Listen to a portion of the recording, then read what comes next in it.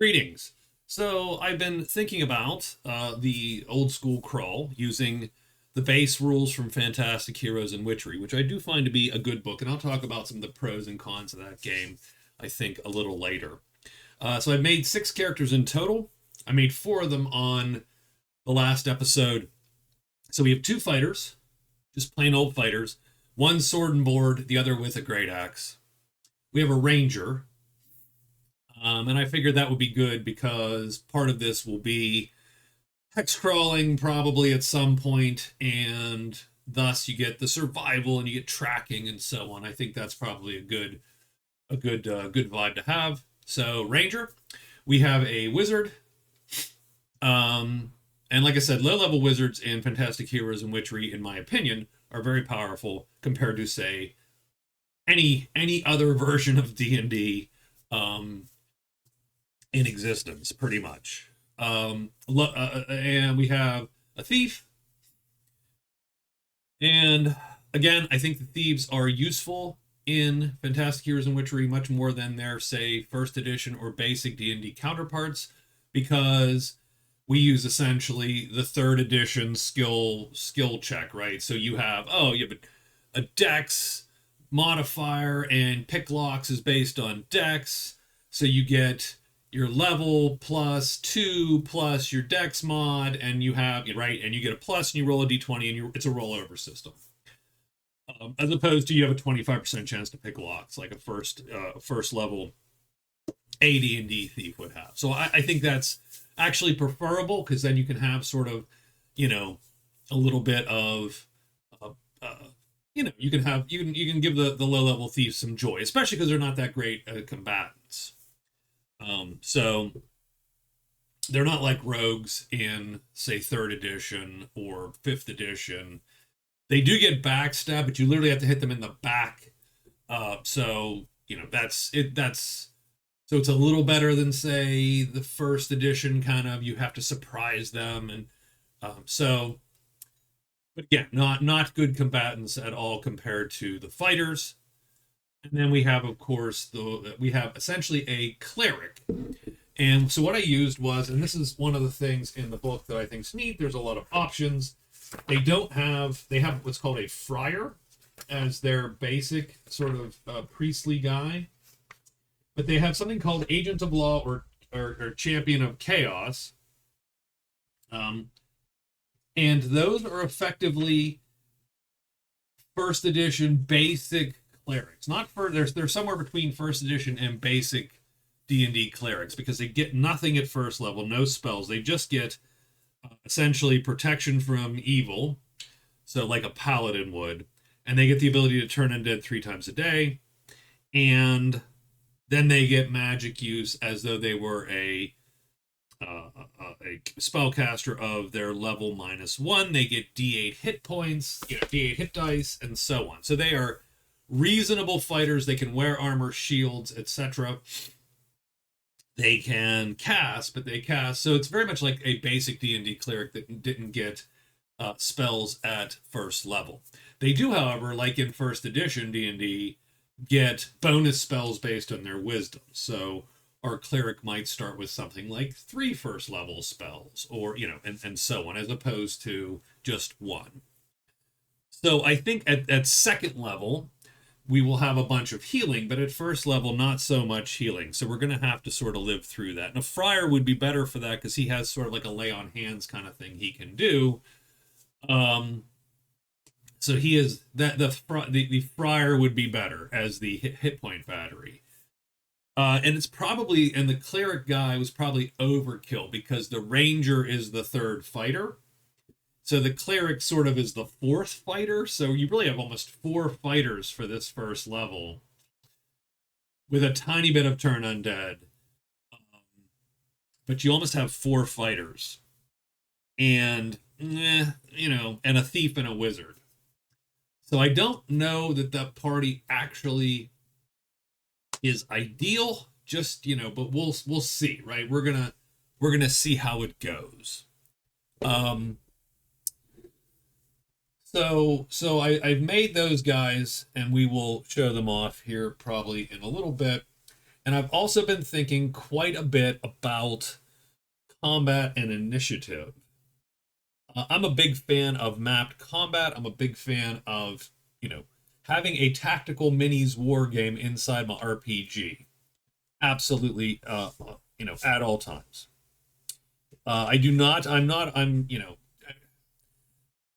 I'm not, I do not ascribe to the idea that, oh, base, low first edition D&D and basic D&D, you know, combat was a fail state. And we're like, well, sure, it was dangerous because you didn't have that many hit points, but there was still some incentive to engage in it.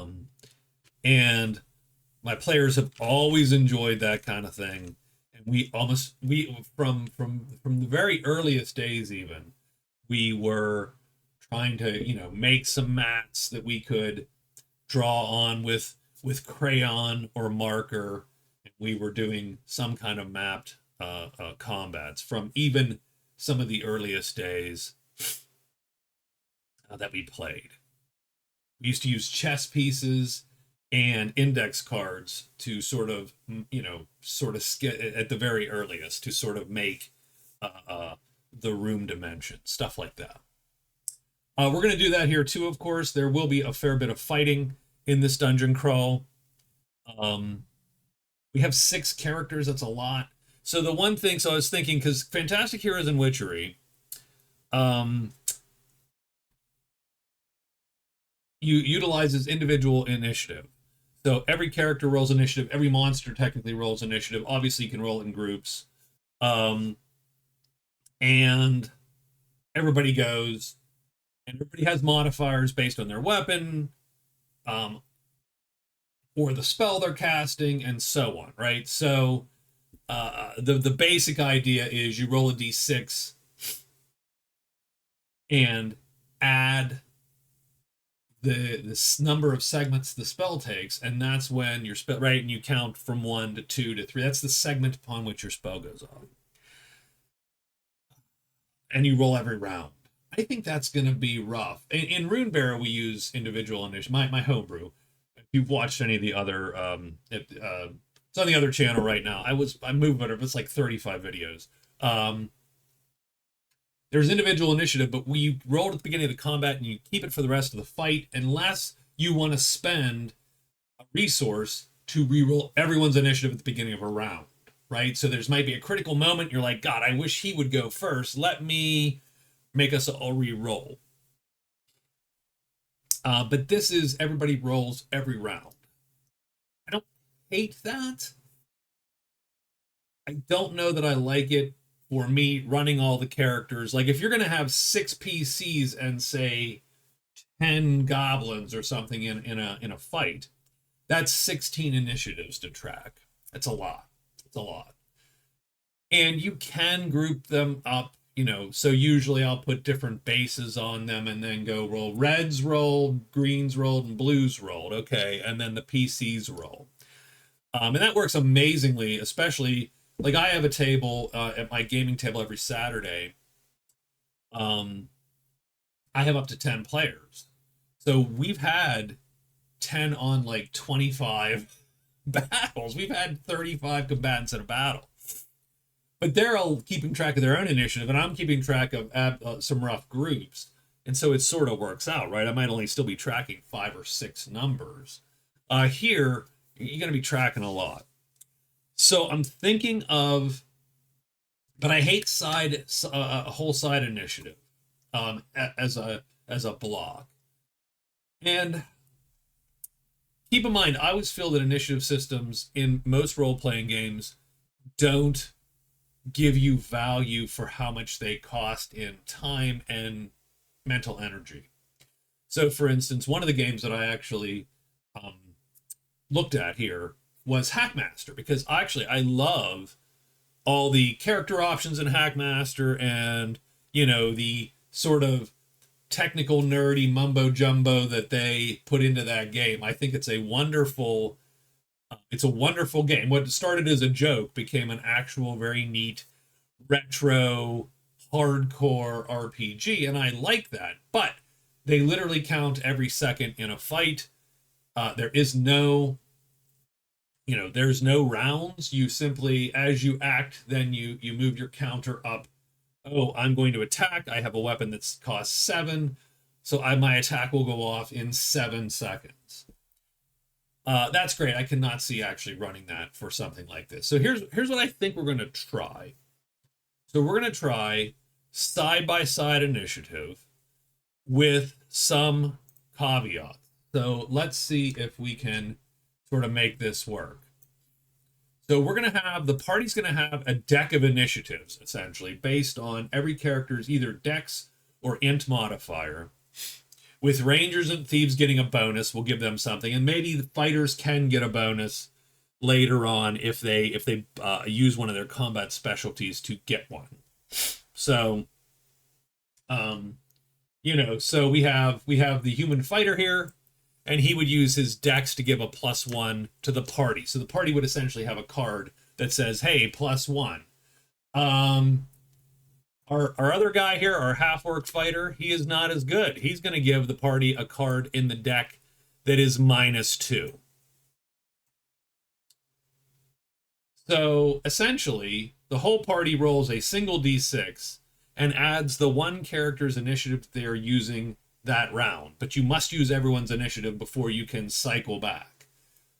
So characters with, say, a very high dex obviously give me a very high initiative or a very high int. The wizard is going to give me a +2, for instance, because he has a very high intelligence.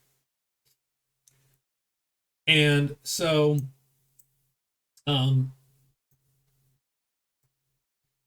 so the party's going to have a couple +2s, some or like 1 +2, I think a couple +1s, one big -2. Every round they have to pick one, and then they burn that, and until they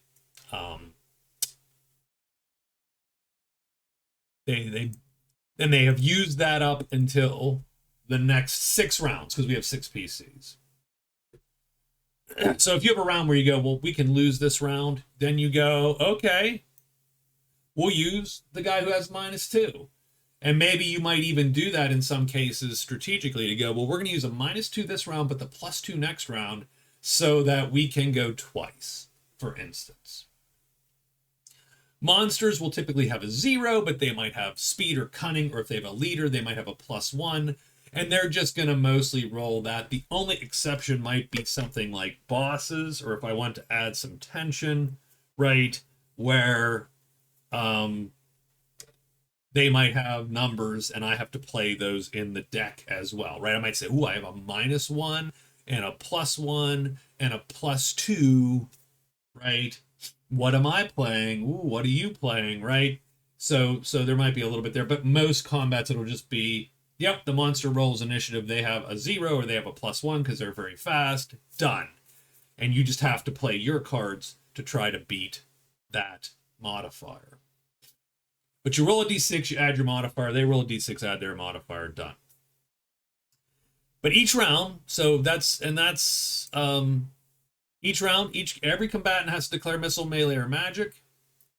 That's not as rough as it sounds, simply because, if you're carrying your bow, I'm just going to say, well, you're missile, right? If there's certain enemies will have bows, they'll be missile, they will switch to melee. Spellcasters have to declare. You must declare at the beginning of the round if you're magic casting, especially.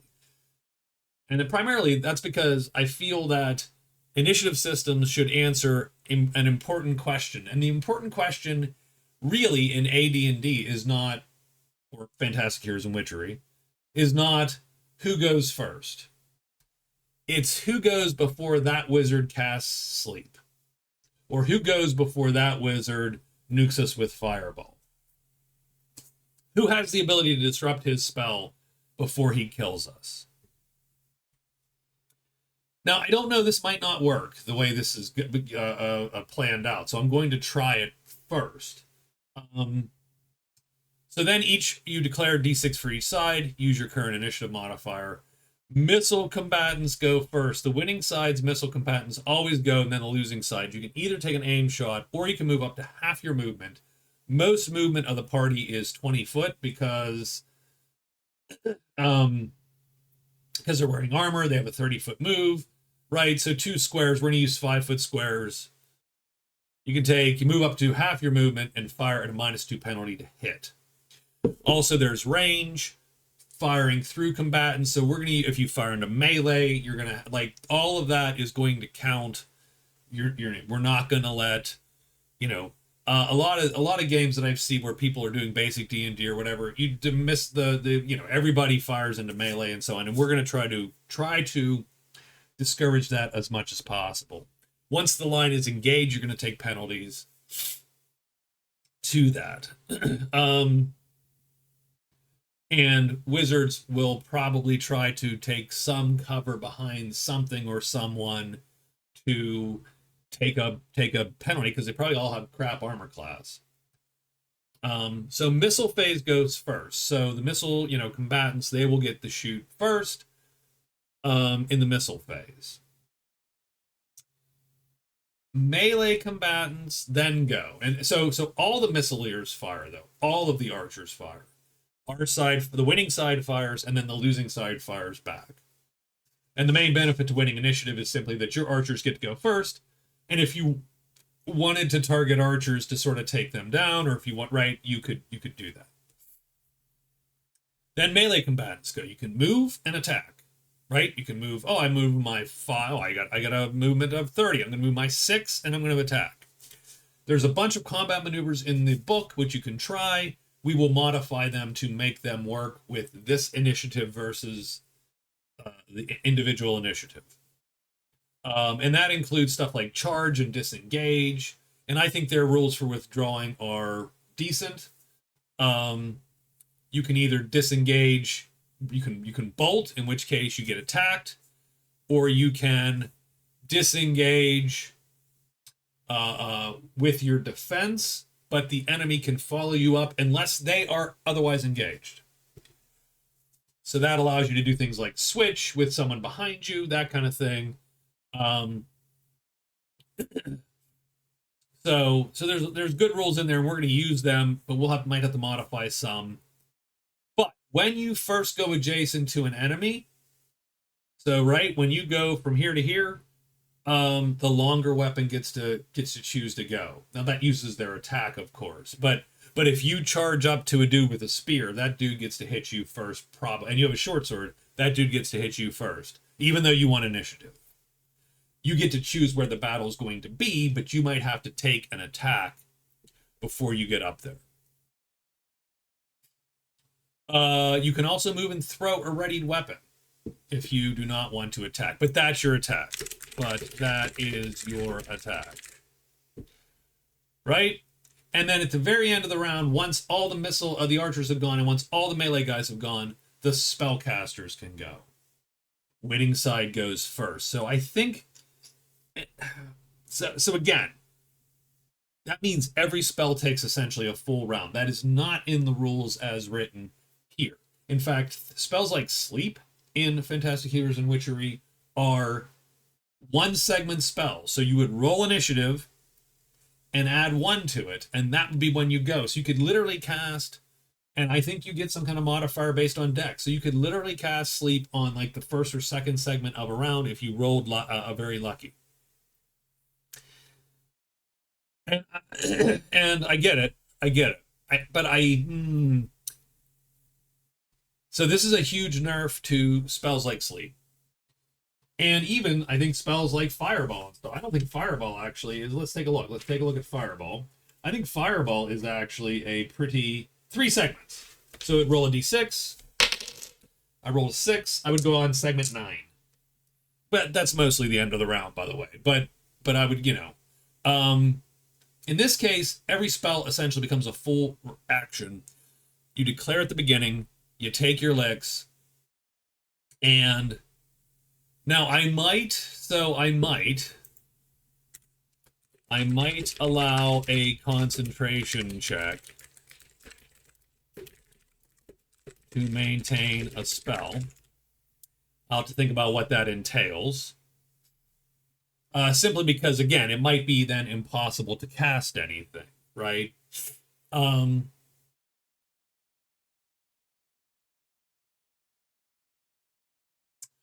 And I might allow a 5-foot step, essentially. Right? So you could be here and then move out from behind cover and finish your cast. Maybe, right? Those are all options. I do like the idea of allowing touch spells to be cast in melee. That seems sort of fun because touch spells are also nerfed. You would have to essentially allow them to be cast and then held for a round to make them useful.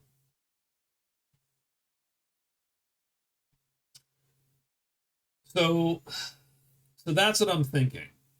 And I think that'll be I still want it to be a thing. I still want it to be sort of a, an interesting back and forth, as opposed to all of our guys go, hey, we've killed half of you. The combat's really over now, which a lot of combats in D&D can feel like.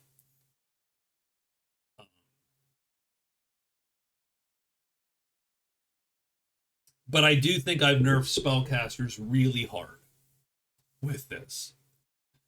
And so I'm gonna think of I'm gonna putz with it. I'm gonna try it a little bit, and then we're gonna see sort of what feels like a better if there's anything we need to do to mitigate that, right? And I don't think a concentration check wouldn't be too bad. I think we might be able to manage that. The 5-foot move might be a little too powerful, or it might not, but it benefits the wizard that has a advantageous location and sort of then forces folks to force the wizard out of their advantageous location, right? So if you have a wizard that can go around a corner, he's screwing everybody over, and now keep in mind that he can only do that once because he can't move back. Like if you're ducking back into cover, that would essentially be a round. And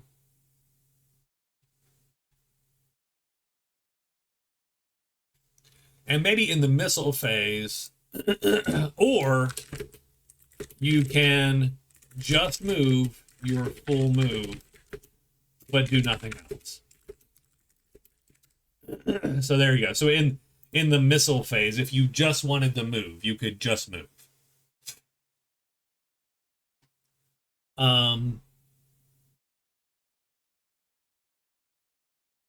Because that makes sense. I mean, you'd have to attack if you don't want to.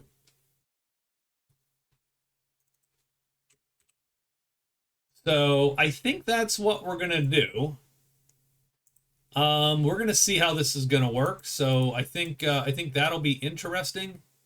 I don't want to browse my version history. Where did you save that? No, I don't. Oh God. Okay, OneDrive is a freaking curse upon the earth. I hate OneDrive so much. I would like to save a copy on, my freaking desktop. my honest to God machine. The machine that I bought and owned. Thanks, Microsoft. Appreciate you. I'm so moving to Linux. I gotta get out of Microsoft. Anyway, that's neither here nor there. I'm sorry. I went off on a tangent.